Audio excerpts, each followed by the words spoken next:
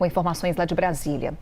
O ex-presidente Jair Bolsonaro, que cumpre prisão domiciliar, aguarda uma decisão do ministro Alexandre de Moraes do Supremo sobre o uso da sua imagem e da sua voz num vídeo gerado por inteligência artificial e que foi exibido na convenção do PL.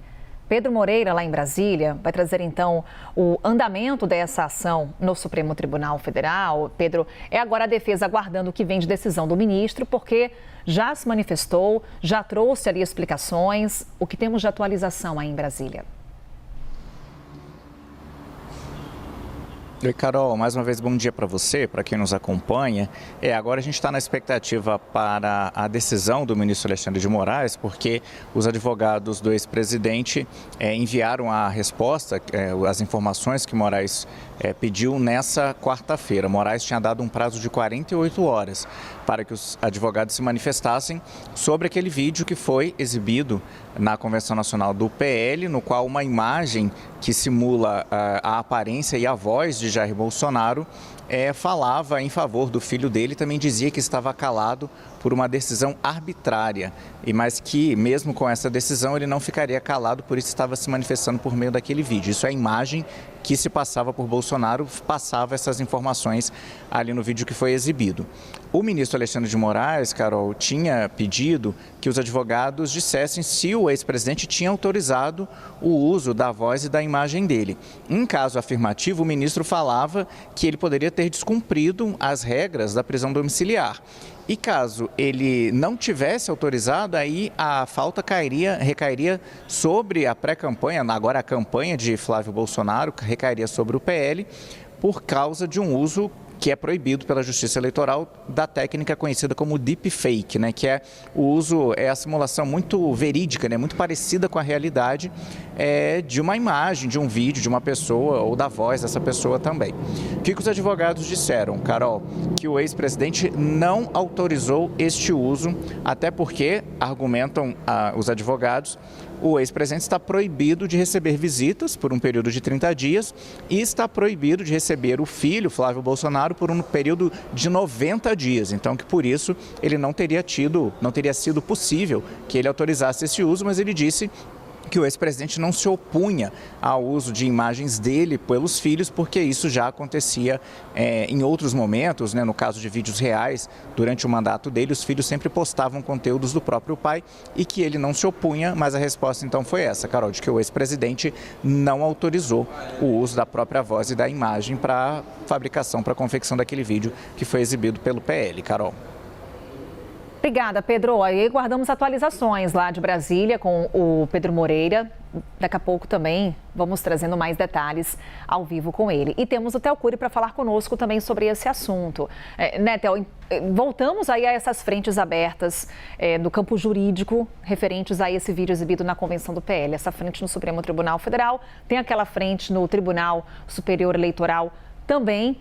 Fato é que, como vínhamos conversando mais cedo, Theo, o que vier de decisão do ministro Alexandre de Moraes pode impactar no andamento da ação na Corte Eleitoral. Isso, acaba jogando uma pressão naturalmente no que o Tribunal Superior Eleitoral vai fazer ou deixar de fazer. Isso quem diz são os próprios ministros do Supremo Tribunal Federal, são os ministros do Tribunal Superior Eleitoral, são os integrantes da defesa do Flávio Bolsonaro e os integrantes do Ministério Público Eleitoral. Ou seja, há uma concordância, em tempos de polarização e de várias discordâncias, há uma convergência de que o Supremo Tribunal Federal, de alguma forma, pressiona o TSE e dá sinalizações de que pode tomar decisões que, na verdade, num primeiro momento, ao que tudo indica, deveriam ser do Tribunal Superior Eleitoral. Porque as decisões teriam que conversar entre si. Sim, mas ao mesmo tempo porque há questionamentos no Supremo e há brechas para que ministros do Supremo façam isso, em especial o ministro Alexandre de Moraes. Não é que partiu da cabeça dele tomar uma decisão como essa, mas a partir do momento que há uma ofensiva, a gente conta, por exemplo, a ofensiva do PT acionou o Supremo e o TSE. Tem uma estratégia por trás, é uma tentativa de, se não colar aqui, talvez escolhe desse jeito. Sabe, criança que pergunta para o pai, pergunta para a mãe para ver se consegue a resposta que quer? É mais ou menos isso, dá para fazer essa comparação. Então, a despeito de já ter saído do Tribunal Superior Eleitoral, o ministro foi quem comandou as eleições de 2022. Como Cássio Nunes Marques vai fazer nesse ano, foi Alexandre de Moraes quem fez em 2022.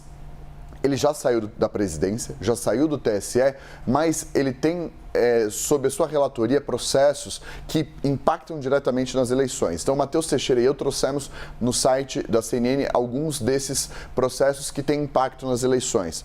Aquele caso do Rio de Janeiro, que diz respeito a, por exemplo, o Cláudio Castro. Busca e apreensão, isso impactou o ex-governador do Rio de Janeiro. Decisão sobre o Canelas, aliado do Flávio Bolsonaro, acabou sendo preso também por conta de a polícia ter encontrado armas de fogo que não condiziam com o porte e posse que ele tinha. Não só isso, caso específico do Flávio Bolsonaro, o processo do ex-presidente da República, Jair Messias Bolsonaro. No caso do Flávio, aquela possibilidade de cobrança com o uso de inteligência artificial do vídeo. No caso do ex-presidente, uma restrição de manifestações político-eleitorais. Então, são decisões do Supremo, no Supremo, que respingam na Justiça Eleitoral e que de alguma forma também tem um impacto no pleito desse ano. Ministro Alexandre de Moraes, que recebeu um convite para um café. Bora acompanhar aí o vídeo?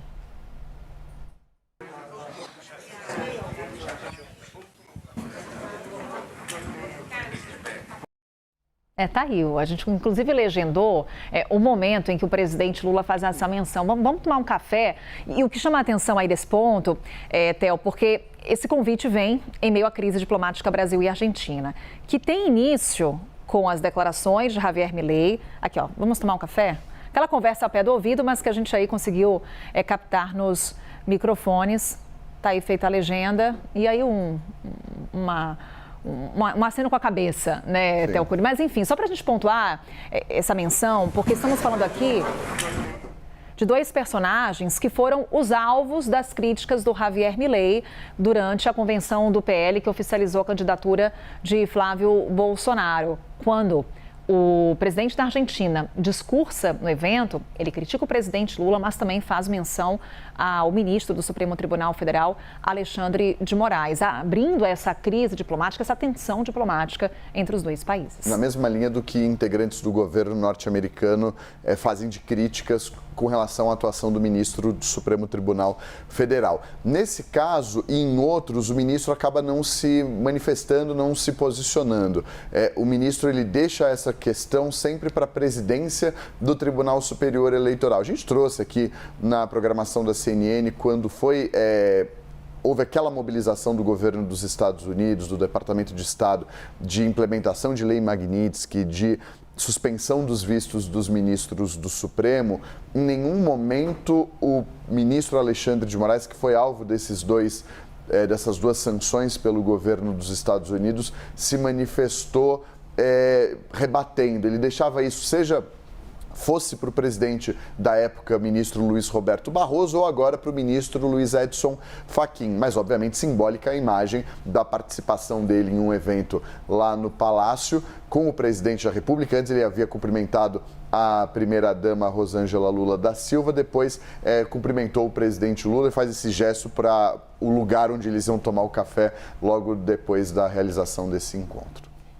Quando a gente fala sobre as críticas de Javier Milei, no caso, o ministro Alexandre de Moraes não teceu nenhum comentário público, a manifestação veio justamente com o presidente do STF, o ministro Edson Fachin, que emite ali uma nota, inclusive em defesa da instituição. Theo Cury, daqui a pouquinho conversamos mais. Combinado, até logo.